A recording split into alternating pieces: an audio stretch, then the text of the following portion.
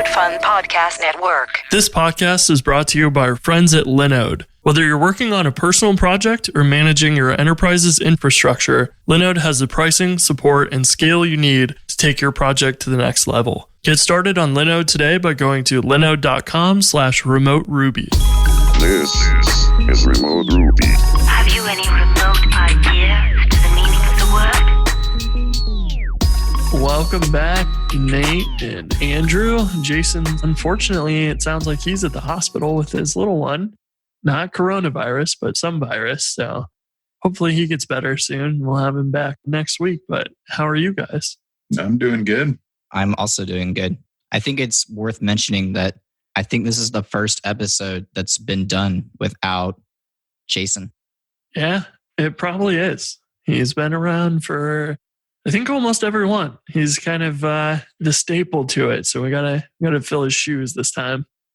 But yeah, how are you guys holding up from the all the panic and everything going on lately? I'm hanging in there. Nice thing for me, I mean, I've been remote now for a year and a half, full-time remote. And so that aspect of my life hasn't really changed. Although the stores are pretty wiped out. It's hard to find some food items and even toilet paper and things like that. But other than that, we're doing good. Yeah, same. And I'm always the last person to do anything, really. Like my friend told me that was going to be like my last words, or like, we'll give it one more day and see what happens. Because I'm like that with the hurricanes that come through too. Like I won't leave. I've only left for one. And the one I did leave for, it was because my girlfriend's parents at the time would not stop calling me. It was driving me insane, begging me to leave. And I left in like the middle of the night, and I should not have left. I could have stayed. But same with this. I was not prepared to do anything different in my life because, I work from home. And my roommate called and she was like, they're shutting down the schools at 4. You need to go to the store now. And I was like, yep, you are correct. You are very correct about that. And I had to do that. And it was terrible. I hated every second of it.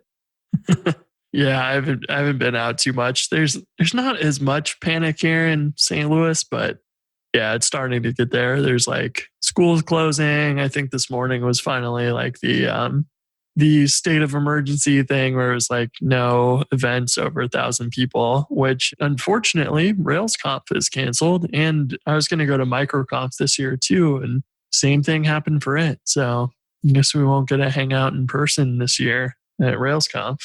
That'll be interesting. A little sad. I was looking forward to actually meeting Andrew and you, Chris, and Jason first time face to face. So yeah, that would have been fun. But I don't know. It seems like, I don't know. I haven't gone to RubyConf. It didn't seem like they were planning on, because it's kind of unpredictable. Like, it doesn't necessarily seem like they're going to just do this again. It's just like canceled, not necessarily postponed. But yeah, well, I guess we'll have to wait and see what happens with it. I know they're refunding me on my sponsorship for it and all that. So it's a little disappointing, but we'll get to hang out at some point here in the next year, as long as we all survive, right? Totally. We ought to call some attention to Andrew's experiment that he's been floating out there with a remote, like meetup or possibly a conference. I don't know if you've taken the idea to a conference yet, Andrew, but you want to talk about that at all? We talked about it a little bit last week, but it was supposed to be just an idea because I didn't think anyone would actually sign up for it. And this was kind of my like foolproof method of making sure, like telling people I tried, but there wasn't enough interest. But now I have like 200 email addresses in MailChimp, and I don't know how to use MailChimp, and I don't want 200 email addresses. And I'm like, dang it, now I might actually have to do something. Like I have companies have reached out and offered to sponsor it. And I'm like, sponsor what? I was like, I'm not a planner. I'm not a planner at all. I'm like, if you are a planner, I'm your worst nightmare. Like I have been told that verbatim. I'm not a planner. I'm a very chaotic person. So I'm trying to find a planner to help me do this. So you're looking for some help basically on organizing the whatever it ends up being. Do you have an idea if you want to go do like a one-time meetup or like a actual online conference thing. I know we were looking at, was it Laracon Online? Is the Laravel online? And it's actually like a conference thing you pay for, I believe, right? But it's really cheap.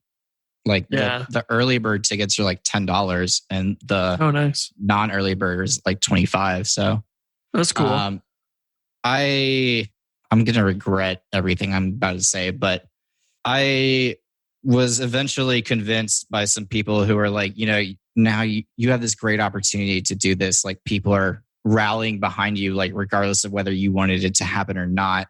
And regardless of whether or not you want to do it, you were the one that did something. And they're like, that makes you the de facto, you're in charge now. And I was like, but it would be kind of foolish of me to like look this opportunity like in the face and say no, because like CodeFund could get a lot of free publicity, personal, like, I don't know, meet more people. Like one of my mentors like really summed it up. He was like, if you didn't put this on and someone else did, would you go to it? And I was like 100%. And he's like, so you want it to happen? And I was like, yeah. And he's like, well, there you go. Get to work. Yeah. But I was tossing this idea around with Andrew Famera of trying like a meetup type like thing like once or twice. And then if there seems to be momentum, go ahead and trying to do like a full on like 1 day conference. Yeah, I think that's probably a good testing grounds. You don't have to ship the whole thing and get real sponsors or anything right away at the beginning. Because that also can be like, you could have 200 email addresses and then like 10 people show up and 190 like watch it later or something, if at all, So I think that's probably a good idea because you don't want to spend too much time and have a low turnout or whatever. But I guess if you're selling tickets or something to it, you at least have an idea of exactly how many people want to attend because they're willing to give you $10 or whatever. So that's not a bad idea too, to maybe pre-sell something once you have a better plan, maybe. Yeah. The whole getting to the better plan part is the problem. Yeah. It's got to be a lot to organize. And hopefully it's at least a lot easier than an in-person conference where you got to go find like a hotel or whatever to partner with and conference space, I guess. But yeah, I'm going to slap a big we'll see on it, but I am pushing forward on at least trying to do the meetup thing. Yeah, I really like the meetup idea. I mean, kind of like a little local meetup where you have got a couple people that are presenting, but not a production quite like a conference. Yeah. And people keep telling me like getting speakers is going to be the hardest part. And I was like, really? Because like that does not seem like the hard part of this, because there's all these people that were going to present at Railsconf who now aren't. I had one person on Twitter today. They said that if they really want to do the talk that they were going to give, and I think it's an important topic, which I can't recall word for word, so I don't want to paraphrase right now. But they were like, I want to give this talk. If you're planning to do anything online, let me know. I want to give this talk. And I was like, I know enough people. I feel like it wouldn't be that hard to get like two or three people to like be down for like a 15 or 30 minute talk, even if it's pre-recorded. Totally. Yeah. I'd be happy to give my rejected talk. Yeah. That's good, because when I was counting people in my head, put you on that list. You've already been counting on that one, huh? Yeah. I was like, well, if all fails, like at least Nate would do one, right? Hopefully. It makes it really nice because like you have all these people who were going to give a talk somewhere at Railsconf, but now they can't. And there's not like there's no makeup date for it. So it's just like, well, they're kind of out. They don't have a place to give their talk anymore except for small meetups or something. So yeah, seems like a great time to pick up speakers for it. So I guess they should tweet at you or something if they want to get in touch. Yes, they should tweet at me until I find an assistant. That tweet at you and say they want to be your assistant. Yeah, if you want to be my assistant, like I have actually paid someone to do this in the past. when I was in college. That was my fun fact at my internship that later turned into my Rails job, that I had an assistant and I was in college and everyone looked at me like an idiot. But That's awesome. I love it. I didn't want to answer emails. I'm sorry. I was willing to pay for it. There you go. That's good. Then at some point you're just hiring a developer to code for you and you don't have to do it either. Yeah. You're just like, oh yeah, I forgot that I wrote that code last week. Wink, wink. That's how most of my code is anyway. Oh, speaking of that, this morning we were chatting about standard RB on Twitter a bit earlier. I haven't ever used really a code formatter linter too much myself, but I thought Jumpstart Pro was probably a good place to begin, maybe doing that because it's just a template that everybody's starting with. So if you have some sort of standardized format to that, in theory, merging in random people's pull requests or whatever, because sometimes I'll get contributions from people in the community. It seems like it's probably a really good way to handle that. It's not an open source project, but it is one that has a lot of people that contribute to it. It's been pretty fun. And I know, Andrew, you have a lot of experience with standard now that you've been building the GitHub action for it. You found that Jumpstart had quite a few violations or whatever on Jumpstart. Yeah, a couple. Yeah. More than one. I don't code to that exact standard normally on my stuff, but it's fun. Have you guys been liking using standard for stuff? Nate, you want to go first? Sure. So the one great thing about using something like standard, or in the JavaScript world, there's prettier standard, and on CodeFund we actually use prettier standard for the JavaScript and standard RB for the Ruby. And overall, it's been a pretty pleasant experience. The real benefit that it provides is if you do have a project where there are multiple contributors, you eliminate a whole class of bike shedding with your developers about how are we going to format this, or what's the best way to do that. And with the RuboCop linter as well, like sometimes you can identify hotspots in your code, or if you're doing something that's kind of inefficient, it will automatically format it to something that's a bit more efficient. And so you do get some of those benefits. The one thing that you do lose, and it does kind of irritate me sometimes, is you can't necessarily structure the code the way that you might want to in terms of optimizing it for readability or something like that. Because I don't agree with every rule that's in there. But I mean, that's kind of the point too, right? It doesn't matter if you agree, we're just going to standardize everything. Yeah, and that was probably one of the big things that you see in my code when it complains about stuff is like, I was aligning stuff visually so I could at a glance see it all aligned and pick out what I was looking for. And, like if you align the values in a hash all evenly, that I think it doesn't like, which makes sense. It's definitely like an annoyance to have to go and, move stuff over if you add or remove a key that changes the depth of that. But like, those are kind of the things that are like, to me personally, it's pretty handy to have that when I'm like looking for what data is in there regularly. But I can understand why it's probably not part of that default, but it is weird to kind of get used to some of those changes. Have you had like some of that where you're like, I don't really like this and I guess we'll just deal with it? Or is it just kind of like most of them are not that big of a deal? For me, it's kind of like the convention over configuration, like Rails ethos, right? And so I remember when I first came to Rails from .NET, I mean, back in the .NET days, I mean, there wasn't any type of consensus on, in the developer community of how to even like name your database tables or the fields in them or what foreign keys should be prefixed or not prefixed with, all that kind of stuff. And so you would spend days just arguing with your dev team about like what to name a particular column or what prefix you were going to use or suffix. And Rails was such a breath of fresh air because it eliminated all that bike shedding. And standard kind of does the same thing on the code side.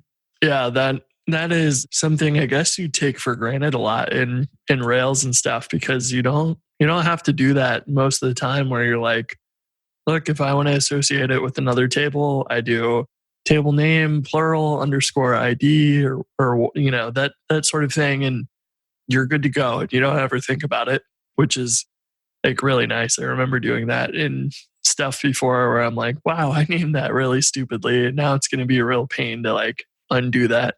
Standard did catch a couple funny things that were like, well, I do sometimes do a assignment in a conditional where I'm only going to need that variable in that part of the conditional. It did catch a couple things there, and then it definitely caught one that was like, what was it? You symbolized true.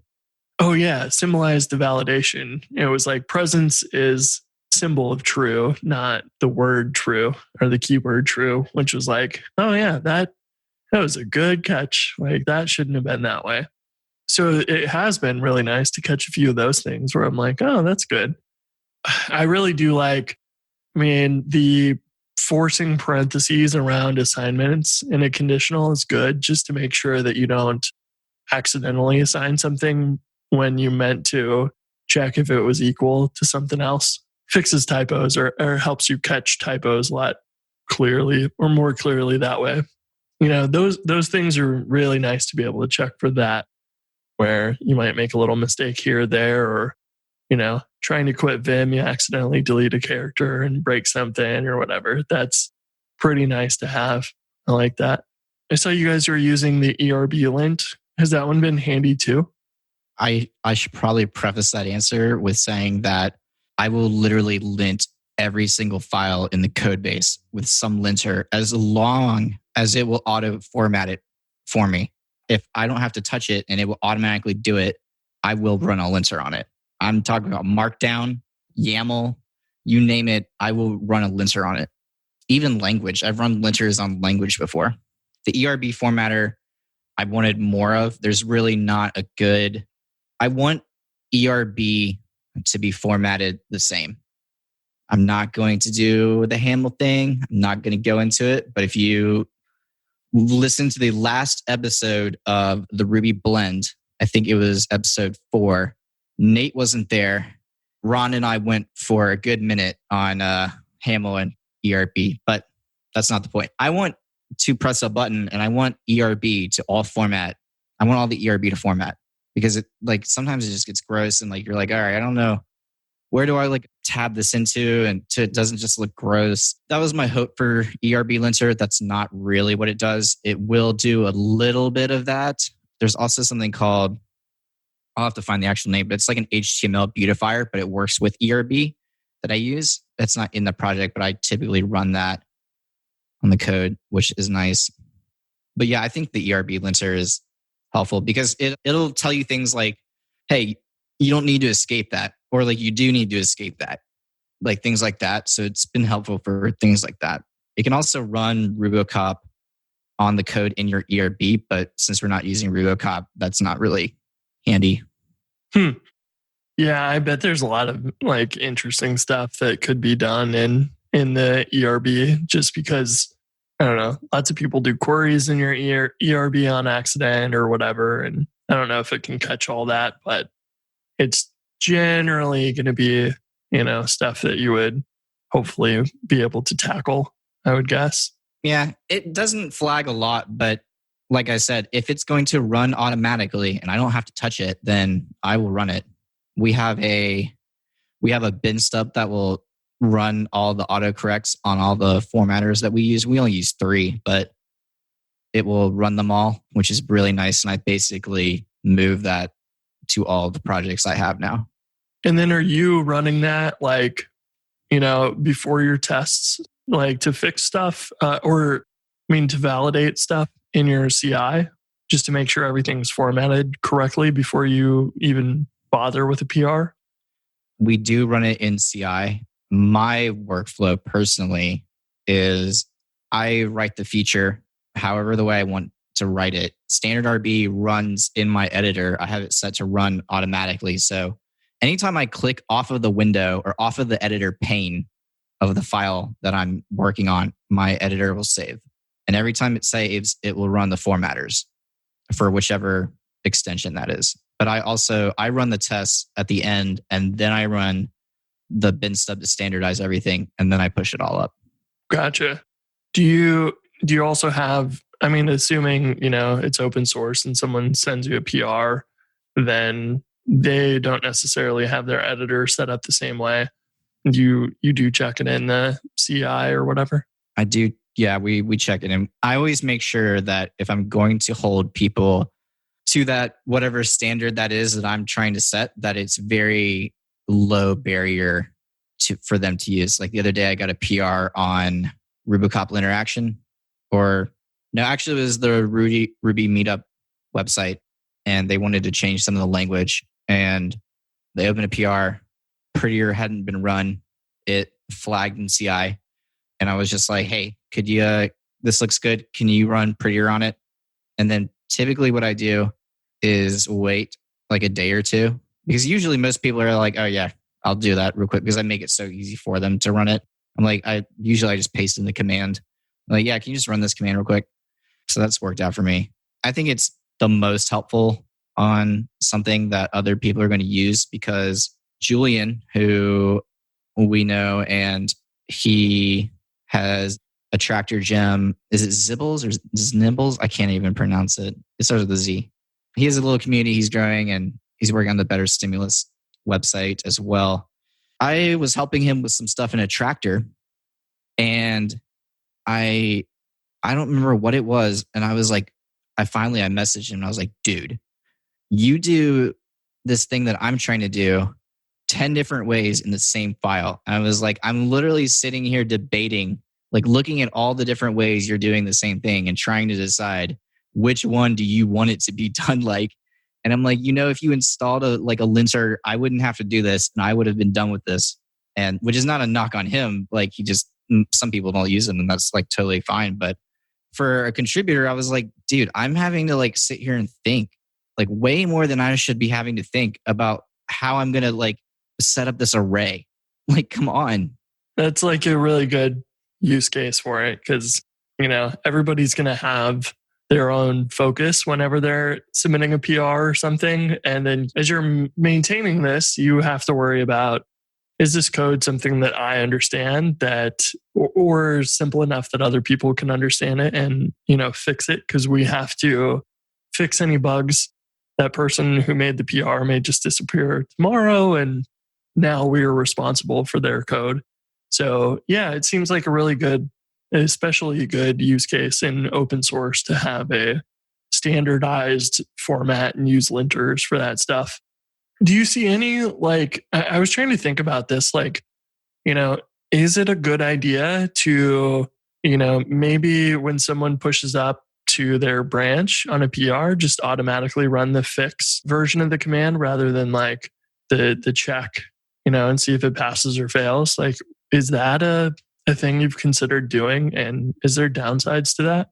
This is my favorite question. Go ahead, Nate. You'll figure out why it's my favorite question quickly. So you're saying just automatically running fix on those files? Yeah. Essentially, that's what we're doing. We have a bin stub that we've created to run all of our formatters. And it doesn't just do the checks, it actually runs the fixes as well. And he's saying to do this in CI, like have Circle or GitHub Actions run the fix and actually then run the commit fix to the branch. in CI and just send a PR back to the PR. Yeah, just add a commit. Yeah. I don't know. I'm curious, since you've been working on these actions, what your answer is going to be for this. You see how he like kind of clenched his neck a little bit when he's thinking about how disgusting that was.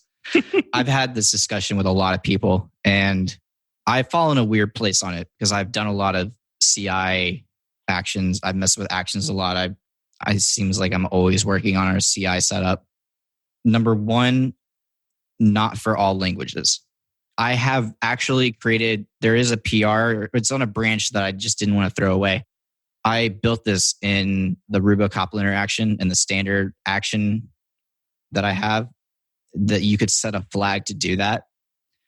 And the only reason I didn't merge it was, number one, because it wasn't a large amount of code, but it did introduce more questions downstream outside of the action. And I decided that I didn't want to have to think or have to take into consideration those downstream things. What if like I push up and it starts running the linters. It sees that it needs to fix it. It fixes it. It adds a commit. But in the meantime, I've remembered that I didn't run it, and I'm pushing up a commit. And now you have issues up there. The other thing was I didn't want to, by putting it in there, I knew people would be encouraged to do it. And I didn't want to encourage people to do that. I wanted to do it just because I was like, hey, cool, I made this work. This is cool. It was like a fun technical challenge. I didn't want to encourage that as behavior because, like I said, it depends on the language. With Rubocop, because I used to use Rubocop for Nate, I joined CodeFund. You can't autocorrect everything with Rubocop. And sometimes when it does run autocorrect with Rubocop, it breaks things. So I definitely would never auto run Rubocop in CI. Standard, maybe. I probably would. It doesn't fix everything, but it fixes almost everything. Oh, I was just going to throw out there, though, that standard RB is actually built on top of Rubocop. I know. I don't understand. Justin has really like so many like configuration options. Like creating standard was genius. It's like the goodness of Rubocop without any of the configuration. If you're already running standard, if the project is already on standard, I would run standard. Yeah, I would do it. Prettier, I would do prettier. I would never do ES Lint. Go doc. Yeah, I mean, not go flump, whatever it's called. Like it really, it depends on the action. And because it depends, I decided not to add it because I don't necessarily think it's a good idea. I didn't want to encourage it. Yeah, it makes sense if it's like, I mean, I would assume from what I saw in standard, it's like, it's not going to like try and fix stuff that it's not unsure of or whatever. But yeah, there's probably situations where it will, I would imagine, try to fix something, but accidentally break something. It's just like too complex of a problem to be able to do that perfectly 100% of the time. Like one of the examples just was, and this was a couple things that popped up in when we ran it on Jumpstart so far, like when you're doing a conditional and you have an assignment in there, it doesn't know if you just made a typo trying to check if it was equal or not. So you want to wrap that in parentheses if it's on purpose, or you want to fix your conditional because you're doing something wrong and assigning a local variable then. And it doesn't know. It's just like, hey, you want to be careful with this. So if you put parentheses around it, we know for sure you want to do that properly. And there's also some implications or whatever with the way Ruby evaluates it that you do want to put parentheses around the assignment so that it's evaluated correctly. So that was a good one that I was like, oh yeah, but it's not able to fix that. You know, it would still fail even if it did, you know, auto fix the rest of things, you know, and then what's that do? You know, I guess it would trigger. So if you had it run the fix automatically, then it pushes up a commit, then it triggers the CI again to check again, and you might be able to get into a fun infinite loop of CI running forever. That'd be kind of fun. So I think you're starting to trigger some deja vu. I think we've actually had this conversation in the past, and you brought up the exact same concern. And when you said that, I was like, oh, that's a really good point. And my way of fixing it was any commit pushed up by an action had a specific, like I prefixed the commit message. And so when the action would rerun on the new commit, also back then when I was doing this, if GitHub pushed a commit, it wouldn't rerun the actions, which I considered a bug, but whatever. It might be fixed now. I don't know. But I told it to skip it and not rerun it. Because yeah, you're right. You could totally get into a loop. That's funny. Yeah, I deal with some of that on Hatchbox where like someone will have a deployment that runs for, sometimes I'll check and Sidekick's got a deployment that's run for like 4 days. And I'm like, well, I guess I have to kill that. And yeah, I imagine that it gets pretty tricky for them to manage all those jobs that are running and whatever on CI and all that. Because it's not just running tests. It's like you can do anything you want in GitHub Actions, which is cool. I did recently update to the Ruby, what is it? The official Ruby GitHub Actions step thing. Yeah. That's so much faster than the official GitHub one. And I don't really even understand exactly why like the GitHub one exists. It's like, it should just be deprecated and tell you to go use the other thing. They do that, actually. Okay, Did they? well, this was very interesting. I don't know if y'all know this, but there was a bit of contention in the action community. I say this with quotes. The official GitHub action for Ruby was like versions behind. You couldn't use the newest versions of Ruby. I think anything past 2.6.3. And then, so the community started like creating workarounds, but because you're not taking advantage of the GitHub has like an extra layer of caching for those officially supported actions. So you were missing out on that. And then you were having to do weird things. Like I saw people installing RVM in an action. They would download RVM into the action and then RVM install. I saw one of those. It was like, yeah, it'll add an extra 10 minutes compile time on your actions. But I was like, why would you ever want it to spend 10 minutes compiling Ruby every time you push up? It's horrible. Yeah, and that was also before they had actual caching for like your dependencies. But someone in the community, and I'm not even going to try to pronounce their name, also because I can see their face, but I can't remember their name exactly. They created a very popular, basically alternative to the GitHub one. And what ended up happening is that GitHub basically merged that in, and that became what is now the GitHub like supported action for Ruby. And it will allow you to get like the Ruby versions that you'll need. Plus the caching. Yeah.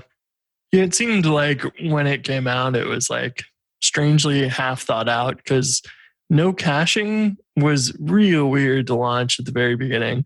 It's like a critical feature of a fast CI or a Jenkins like service or whatever. And I thought that was strange. But yeah, when it was like, yeah, we support Ruby 2.6.3, not even the latest one, and we have no plans on maintaining this in the future. It was like, what was your point here? It was just an example, I guess. It was kind of strange, but luckily that's all kind of fixed up now, it seems like.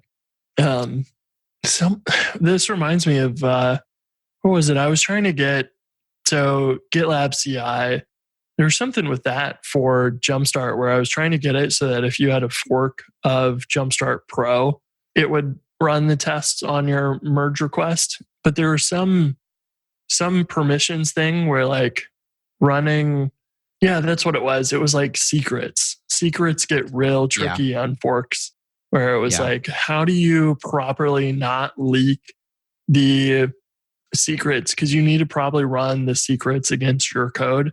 But then if someone forks your repo and then just changes the script to just print out your secrets, you've leaked your secrets. You know, that's a ridiculous, like, you know, security problem. So I was like surprised that there wasn't any solution from it that I could see. I would have assumed that you could lock down the results or something to just the repository owners or something. But if someone's merging a pull request, then they can't see the output and why their CI failed or whatever. So that wouldn't be great either. And I realized like, man, this is a lot more tricky than it seems on the surface level. Like you think it would just be easy to say, hey, just always run the tests and, you know, show us the output. But if someone's using it maliciously, it's a kind of dangerous thing. Yeah, it's the same with GitHub Actions. It's kind of frustrating until you start thinking about the security implementation. And then, it becomes like this massive problem that I wouldn't even want to fix. I'm like, yeah, forget it. But yeah, that's also a problem. I didn't fix it, but I created I think it works on PRs. I don't know. I basically started limiting the things like, okay, we're not going to run these on. The nice thing about GitHub Actions is you can specify whether it runs on a pull or a push, a pull request or a push state event. If you forked the repository and you open a pull request and you're pushing to your pull request, it does not consider that to be a push. So only if you have ability to edit the repo will it consider it a push. So that's been my way of basically saying like, okay, these are going to run. I want these to run. There's no secrets or anything, but the other ones aren't going to run because they're always going to error if it's someone editing it. Gotcha. That makes sense. Man, yeah, it is way more tricky than it seems on the surface. Nate, you mentioned before the episode some cool local cache stuff that you've been doing on CodeFund. I'd love for you to give us a intro on all that and tell us what you've been up to.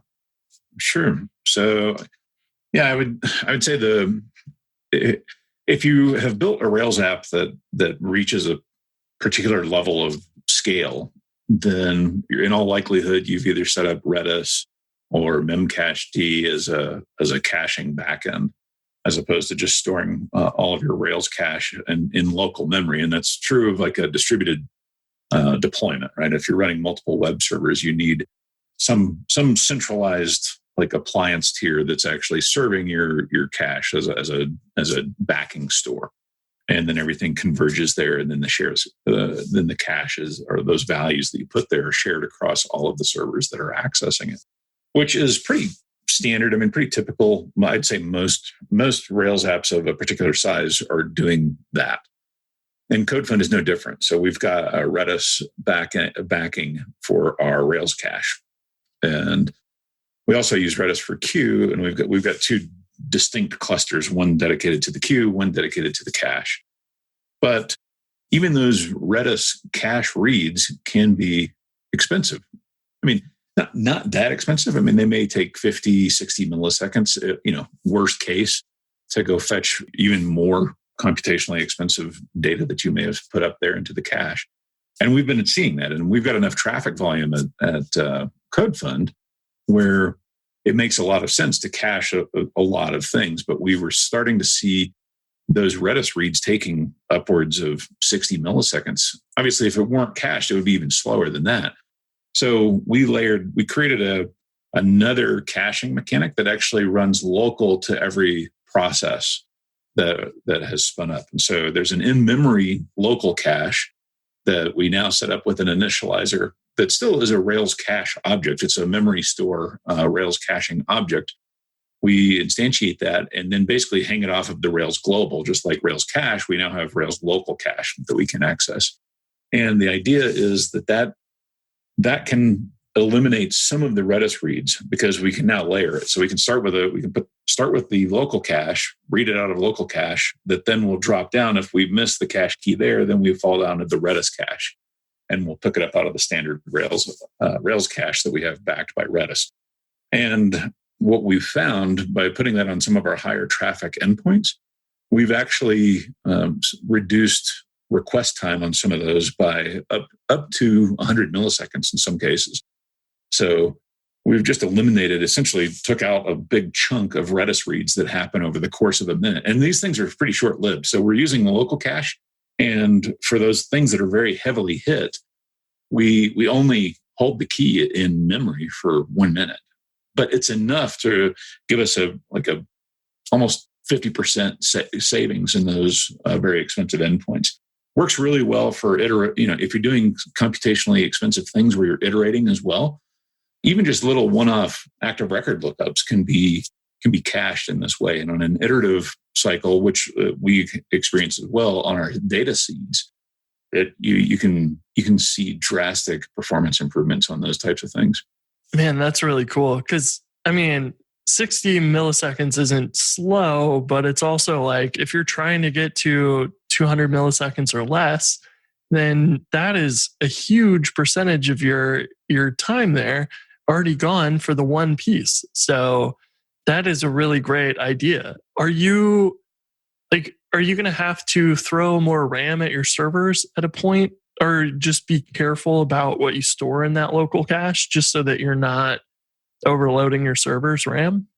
Yeah, you need to be thoughtful about that. But the nice thing about the memory store cache object that Rails provides out of the box is you can set a maximum upper limit of how much memory you will allocate to that thing. And we're currently hosted in a way where we've got a lot of excess memory. I was still pretty conservative. Like I doubled the default, which I think was 32 megs. So we've got 64 megs that we will allow to go in there. And so it's kind of treated like a least recently used cache as well. So anything that isn't being accessed frequently, eventually will just slide off then. Yeah, and 64 megs on a server these days is not a whole lot when you've got. I mean, your Rails app is going to use whatever it uses, a gig of RAM or something, and then you have multiple processes up. But that sort of thing is like way larger than 64 megs of RAM for each one of the. That's a good question. Is that a 64 megs shared between all the processes, or is that per process, I guess? Per process. Yeah. Yep. So when you're thinking about scaling up that, it's just, tack that extra onto what you would normally set your concurrency to or think about. So that makes just it easy to scale. And then just be thoughtful about how much data you're putting into it and where you cache and stuff like that. But we found that layering it has been really helpful on some of those heavy hit endpoints. I mean, we've got some endpoints. If you think about it, the data needs to stay pretty fresh. But if you're making like we're dealing on our ad endpoints anywhere from like 2,000 to 6,000 requests per minute. And so even by just caching it where we only go to Redis once per minute when the cache key is old or stale in the local, we're eliminating, essentially 4,000 Redis reads every minute. Yeah, which is phenomenal. Yeah, and I was also going to say, like, because you were layering it with a central cache, you don't have to worry about, it's not like you're calculating it. If someone makes a request and then goes to another server, the next request or whatever, that you wouldn't want to be inconsistent because you have the Redis cache as your backing. It'll always be a central cache, and always those local caches will just be kept up to date with that. And you don't have to worry about inconsistencies between, hitting a different process or whatever that's got a different cache. So it keeps that almost seamless. You don't have to even worry about that, which is really cool. Yeah. I mean, in terms of the implementation was really simple. And in terms of like our logic changes or anything, there really wasn't much. It was just kind of nesting one more indentation level with a cache fetch call. And the only thing we've really noticed is everything's much faster. That's awesome. Yeah, I mean, it's a very simple solution to what would be a very complicated problem to try and improve your performance of Redis or whatever to the equivalent speed would just be a nightmare, of work. So it's a really creative solution to that, probably has limitations at some point, but honestly, you can throw a few more bucks at a server and voila, you have a lot more RAM to do your local cache. Did you build like a helper around that or something that's just like your own cache helper that you can call that will automatically do the layering, or are you just using both in your views? Yeah, right now it's explicit. So the local cache method hangs off of Rails itself, the Rails global. And then I essentially added, just to make it a little less verbose, I delegate the local cache method to Rails from like my controllers and from my models and stuff like that. So everybody can just reference local cache and do the caching that way. Gotcha. Yeah, I mean, it's simple enough that way that does exactly what you need. And I think that's probably another good point of like, people often forget the Rails configuration is like a thing you can add your own configuration variables to. It's just like it's an object, but you can store new things in there just like a hash, and it's cool to be able to be like, we'll just throw in Rails.local cache as well as the regular Rails cache we expect. And then we know, we can access it exactly the same way. And now we've introduced 2 caching mechanisms in Rails, which is pretty cool. I haven't done that a whole lot. I mean, most of the time you see that used in a gem that's extending Rails with some configuration options like action text or active storage will throw in some extra things or whatever. But it's nice to be able to actually like use that as your own configuration. It is your app, so you should be able to do whatever you want with it. I like that. Yeah, you just need to be thoughtful about naming collisions. So I actually gave this one a really kind of ugly name because I wasn't sure if at some point in the future Rails may introduce something like a local cache, because there's Rails cache and Rails local cache seems like it might be common enough where it might get added at some point. And so I thought, well, I'll give it a name that I know won't collide with anything. And so it's called local ephemeral cache. Yeah.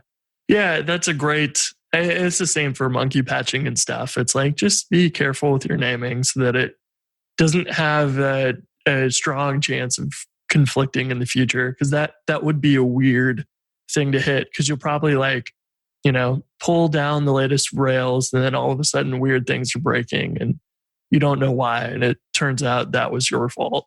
And then the other thing you can probably do, and you see it a lot, is like do it in a nesting of, rails.config.codefund or whatever, that sort of thing can work too. But, it doesn't really matter either way. You're going to have just a little bit more, I guess, complex of a name just to prevent naming collisions later on, which isn't too bad. Yeah, I mean, you could also just hang it off of your own, constant or something. So we could set up a CodeFund global at the top level namespace and just hang it off of that as well. And then we'd avoid all those types of problems. But it's kind of nice to just make it feel like it's just part of Rails. Yeah, totally. Especially when it comes to caching. It's one of those things that feels like it is kind of built in to Rails. And then it also seems like something you could easily extract to a gem that just adds that local cache to the Rails configuration. And really, that's probably all it really needs to do, an initializer or a Rails engine to go and append that memory store. It'd be a cool little gem to extract, I bet. Yeah. I've actually been thinking about that. It's a useful enough pattern. Like, it's really helpful to alleviate that back pressure that you may have on your backing cache store or whatever you've set up. That it probably will. This will probably live as a gem at some point.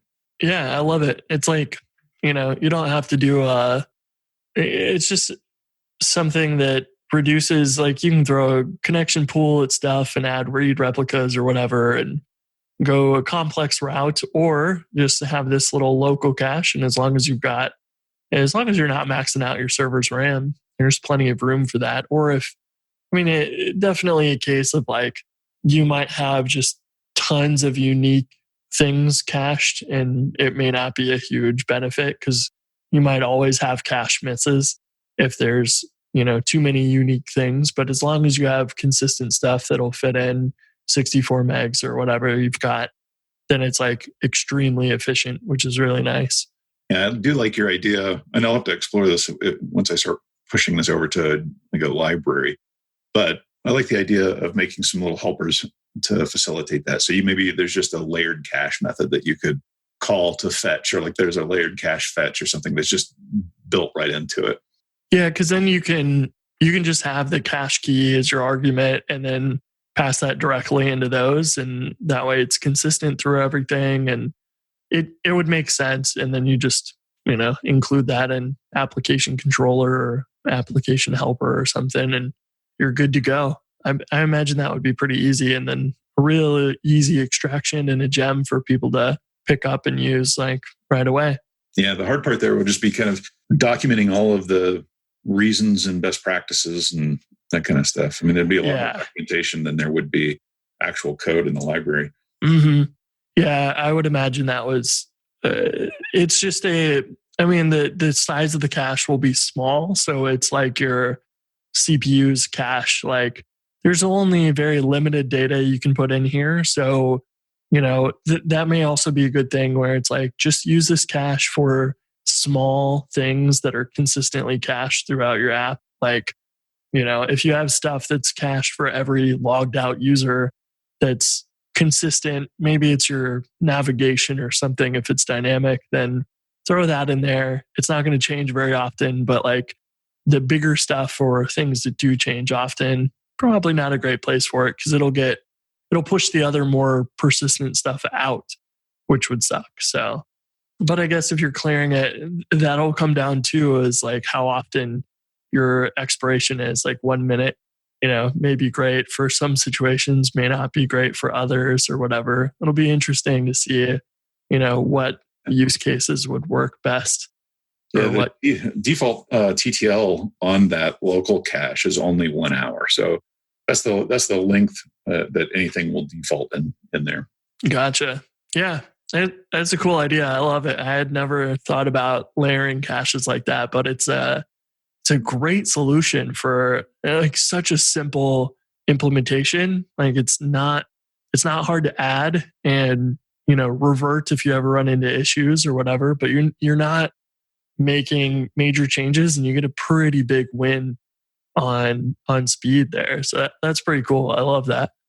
You reminded me of the like global, like not Rails constant or whatever, but I was doing multi-tenancy stuff lately on Jumpstart Pro and having current account as like the current attributes thread local variable, and that stuff has been interesting to say the least. It's like nice to have, but you can so easily get that out of sync because it's something that you have to set per request and then reset it at the end of the request.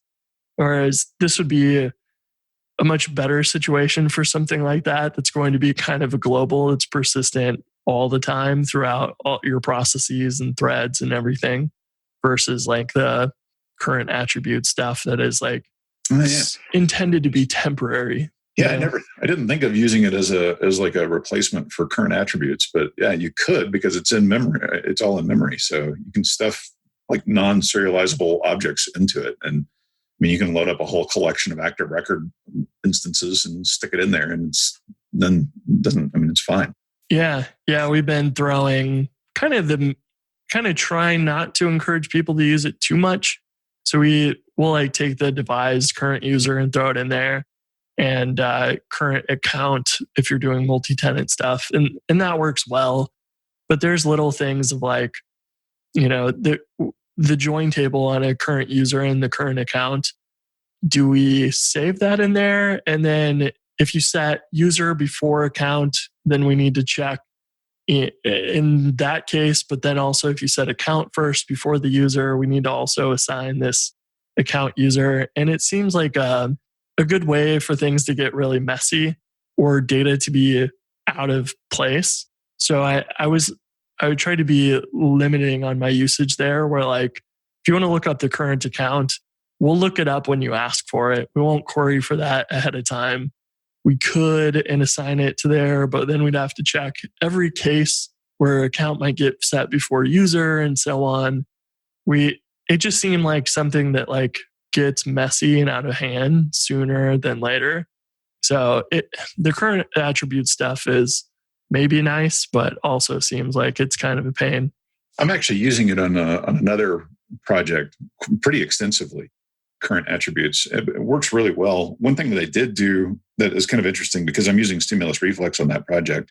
And so I've got some need to essentially reset up an existing current and like resaturate current in a background job for a user who may be logged into the site at that moment, but I'm outside the context of a web request. And so what I did was I implemented GlobalID on current so that I can serialize that down to a string and then just basically find the current based on the serialized ID. And so I basically will take a user and put their current serialized current as a global ID into their session. And then on the back end, I can say, well, I think this user is the one that's requesting the thing. So go look in the cache or in session for their, actually I'm using cache in that case. But I go to the cache, fetch the current global ID, and then I just resaturate current from there. Oh, that's really nice. So you store your whatever IDs or whatever in the global ID so that it can look it up again. Yeah, that's cool. Yeah, because I don't remember if you were on. I think we talked about it last episode. Maybe the Devise Masquerade gem is got these tokens to log into someone else. And those tokens obviously are like dangerous to share. So they have an expiration of a minute. And I was looking at the implementation because it was doing weird stuff for me. And that it stores them in the Rails cache for a minute and then they expire. And I realized like that doesn't work if you don't have the Rails cache enabled. And what I was working on didn't. So I could never log in as that user. And I went and refactored that gem just to use a signed global ID so I could set an expiration of 1 minute.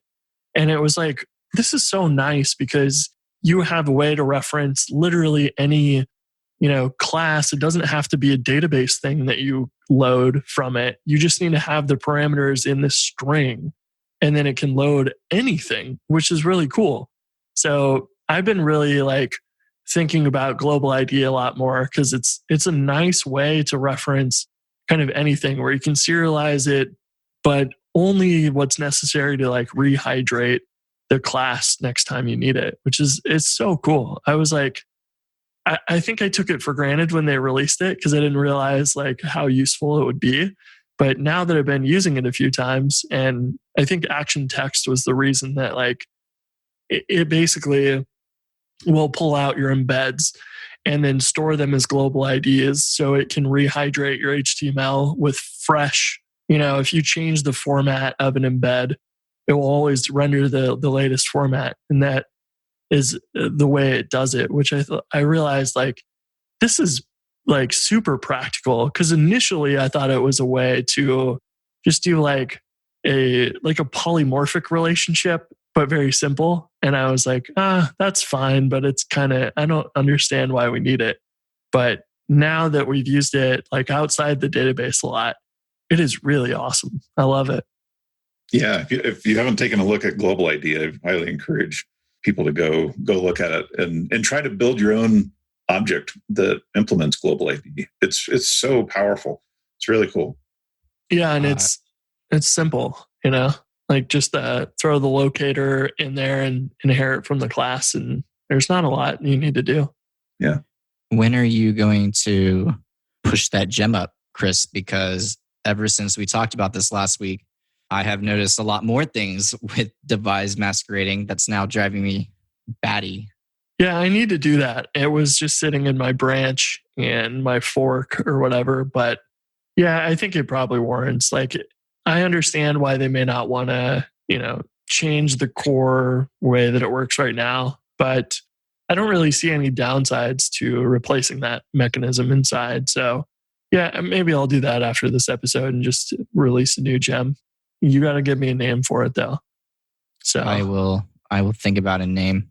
Cool. It just seems like it's such a simple little improvement. And I think I showed you the PR. It was we'll delete 40 lines of code and replace it with just 5 or something. And it's way simpler that way, which is nice.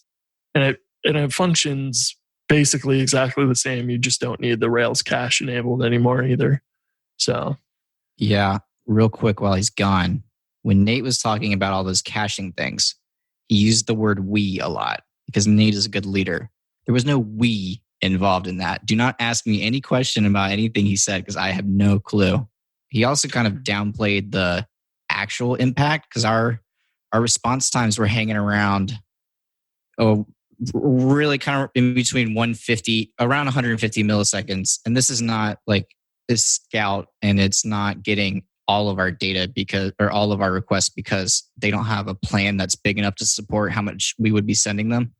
And it was hanging around 150. It's been hanging around 150. It actually got higher, and now it's 33. Wow, that is fantastic. And that was all from that one change? Wow. Wow. That is cool. Well, there you go. That, I think, absolutely warrants a gem or something, just as a new way to approach, local caching. It just seems very obvious in hindsight now, having heard it, that it would make a lot of improvements there. Saves an entire network round trip and whatever else that Redis needs to do and so on. So that's slick. I like it. Nate, you weren't selling it. I had to sell it. Good. You're being way too modest. 1-2 punch. Yeah. Using too much we. There was no we. I don't understand.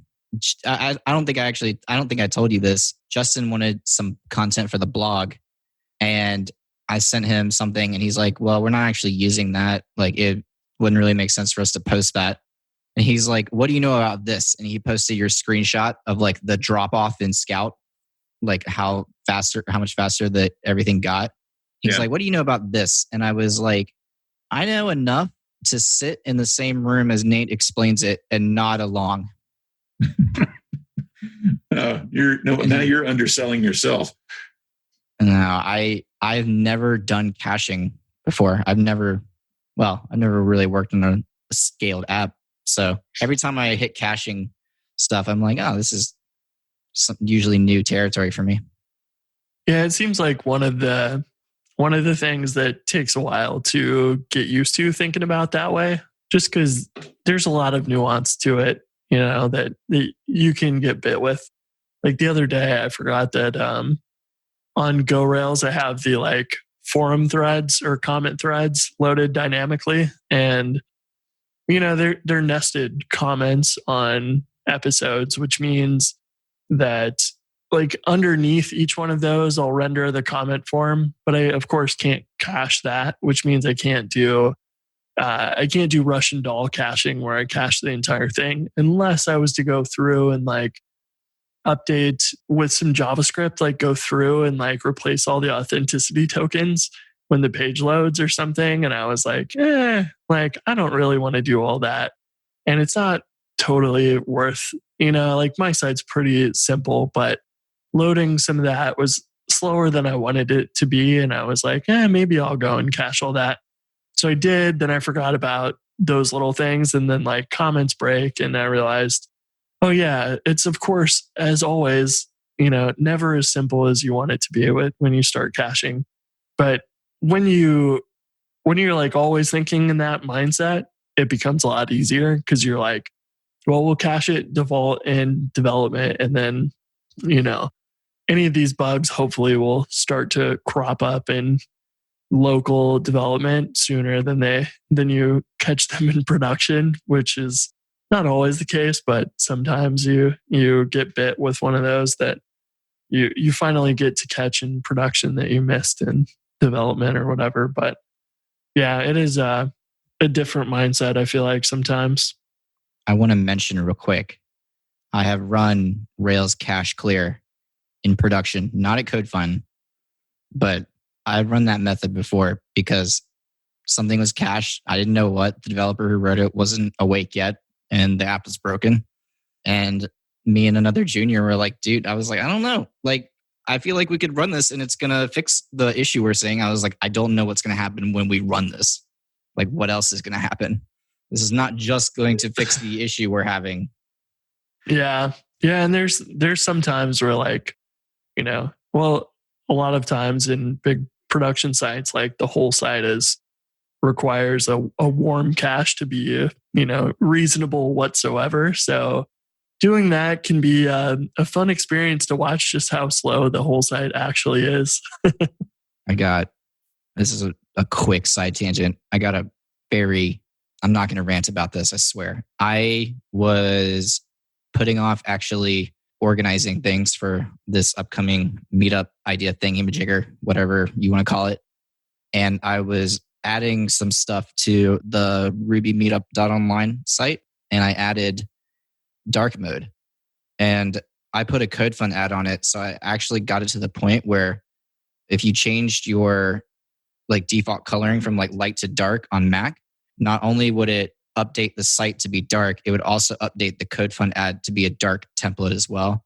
So I was very happy with myself until I realized that because of the way this is all getting done with JavaScript, when the site first loads, document is not available yet. So it flashes. It freaking flashes from light to dark on the first load. And I got it so that I could save like whether it was dark or light in like a local storage value. But that first load, or if you're on slow network, it's going to flash, and it's driving me freaking batty. And it drove me so batty that I was like, I'm done with this. I'm done here. That's that someone needs to make a PR for you and fix that, huh? Please, dear God. I hate it so much. I'm not even sure, like, because it pisses me off so bad, even though it's noticeable, but like not something you're going to look at again twice, but it pisses me off so much. Yeah, it's one of those that you're aware of the bug and it bothers you a lot, but like in reality, people aren't really going to care about this too much, but it'll drive you insane anyways. It's like all of programming, huh? Well, I guess that's about it for this week. So have a good weekend, guys. Don't go to any gatherings of 1,000 people or more. And just don't go outside, really. I think that's the conclusion. Best wishes to Jason and his family. Hopefully they get that resolved quickly. Yeah, hopefully. Well, I know that they're at the hospital or whatever, so it should be, the best place they can be right now. I would hope, but really, I don't agree with that statement at all. Actually, that's the worst place you could be. Maybe, yeah. You just need a private doctor at home. That's what you need. Yeah, I hope Putty is slinging them stacks over to Jason so he can get that private doctor. Yeah, we'll get Instacart doctor delivery in 1 hour or less. Well, cool. I guess we'll talk to you guys next week. Sounds good. We'll see ya. See ya. Bye. This podcast is brought to you by our friends at Linode. With 11 data centers worldwide, including their newest data center in Sydney, Australia, enterprise-grade hardware, S3-compatible storage option, and their next-generation network, Linode delivers the performance you expect at a price that you don't. Get started on Linode today by going to linode.com/remote Ruby.